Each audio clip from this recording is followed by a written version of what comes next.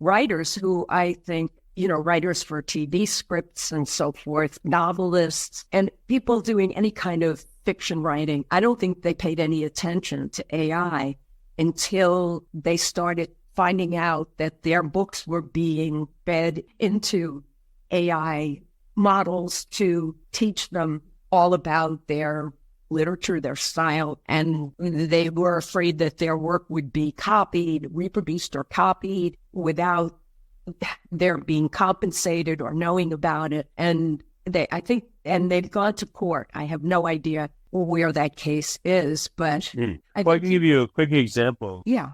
I play chess online on chess.com, and they have a bunch of bots that they program. They'll, like, Magnus Carlsen is a world champion for many years. So they program the bot, to review thousands of his games, and it plays like him. So they have different personality bots you can play with different levels of ability. So I wonder if a writer or a speaker, if they took all their teachings, all their writings, everything, put it into AI and made a bot that was similar to that person. You query it, it would answer you in the style of that person, which it kind of does on ChatGPT and stuff. Does that take away from that person? What happens to the derivative works that would be created by this facsimile of that person? It opens up a lot of weird issues.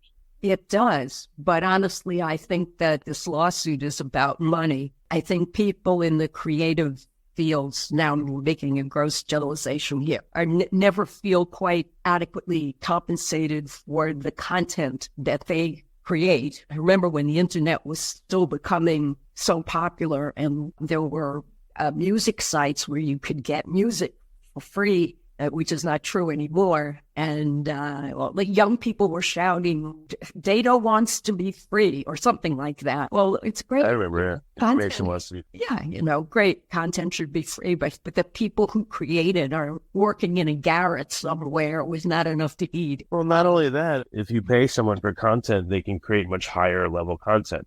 Yes, I know technology is getting cheaper, but still. But if you don't pay people for it, there's going to be far less incentive, except for the true artists that would create anything. So I would think it would lead quickly to like a poverty of, movies or TV or writing or whatever it may be that AI was intended to replace. I think you're right. It would leave people like me behind, and only Tolstoy would see the light of day.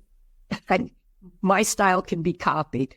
I'm not sure. So a more prosaic thing, though, is, if companies and people just want to use AI to create this, that, and the other, I mean, first of all, they would run out of, I guess, good training data after a time, because people would stop doing those activities. And I just feel like it would devolve. The AI feeds on what happened in the past. So if you start having a lot of AI created stuff, eventually it would become, I guess, a self-referring tight loop where it wouldn't really create anything new. It would just get locked into what it already had. And the more of it that gets produced and the more of it that gets used, the more it gets locked in, would be my guess. I don't know. Yeah, I don't know either. But a leading character in my book and starts pondering a future where AI becomes sophisticated enough that, and maybe we're talking about self-awareness, which we certainly don't have now, AI being self-aware, robots being self-aware. But she wonders if you were dating someone and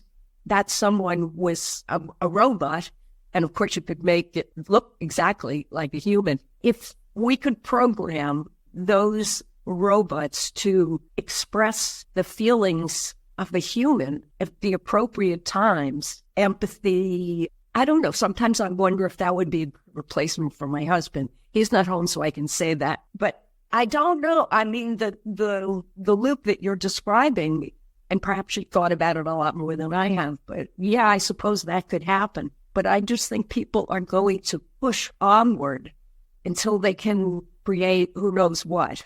I don't know, a robot that seems to have a soul. Because you wouldn't know that it doesn't unless you knew for a fact that it wasn't a human being. Well, look, if I had if we had one of these bots that supposedly, was trained to be very empathetic, like the division between women and men. I get told all the time, I don't want my problem solved, just listen to me, which drives me nuts, with my wife and my daughters. Yes. So if there was an AI system, yeah, I'm sure it could be programmed in the right way, but I don't think it would be. I think it would tend to let's say be to just empathetic and just listen, but it would offer nothing of itself. If you're fine with a totally selfish relationship where you don't ask anything of the other person or entity, okay, but I don't think there's going to be relationships really. I mean, at best it would be a servant because it would offer, again, it has nothing to offer. It can't say, oh, you know how I grew up, or, oh, I went to the store today and I blah, blah, blah, blah, blah, whatever. It's there to serve you. It's not really a back and forth.